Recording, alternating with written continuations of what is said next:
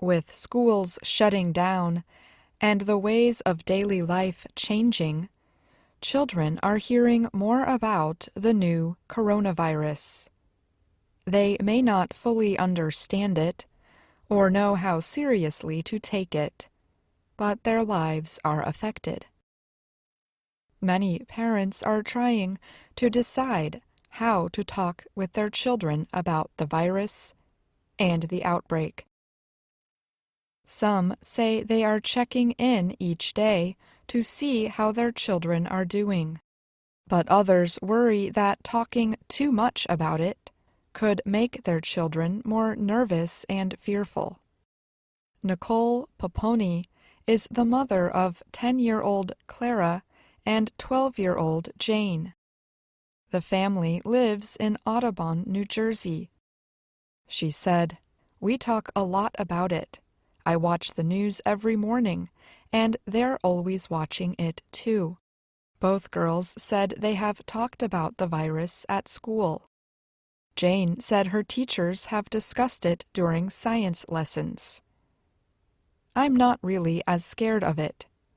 It's still not even that many people getting sick here," Jane said.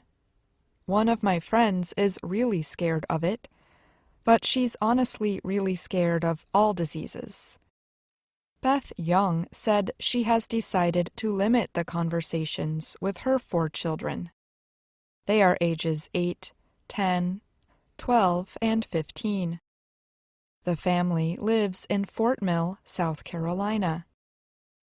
She said she does not want them to be afraid of getting sick, because kids get sick pretty often, and she does not want them to worry about dying.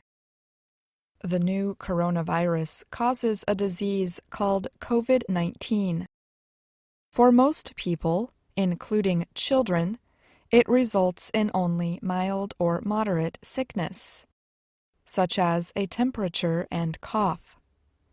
For others, especially older adults and people with existing health problems, it can cause more severe illness, including pneumonia, which affects a person's ability to breathe.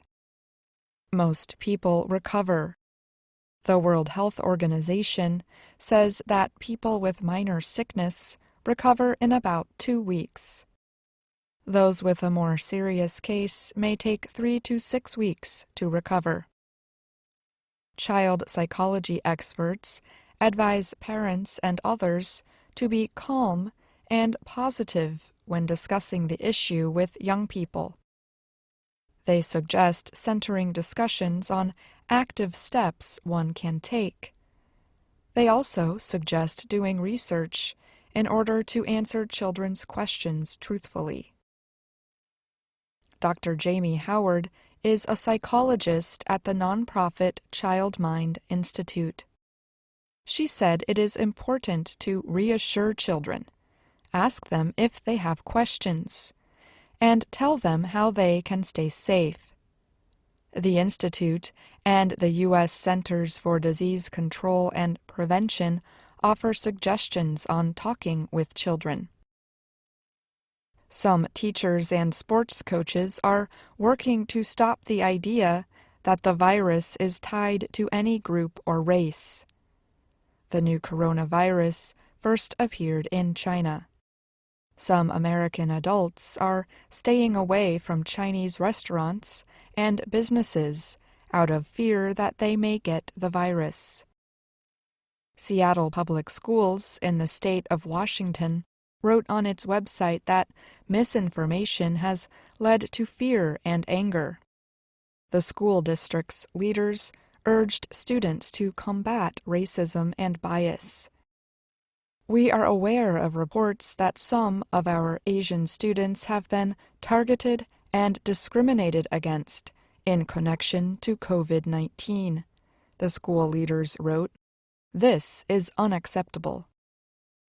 Parents should explain that measures such as wearing covers over your mouth and nose and closing schools are preventative and temporary, Dr. Howard said. She urges parents to follow what the television personality Mr. Rogers used to say. Look to the helpers, to see what doctors, teachers, parents, and scientists are doing to keep them safe.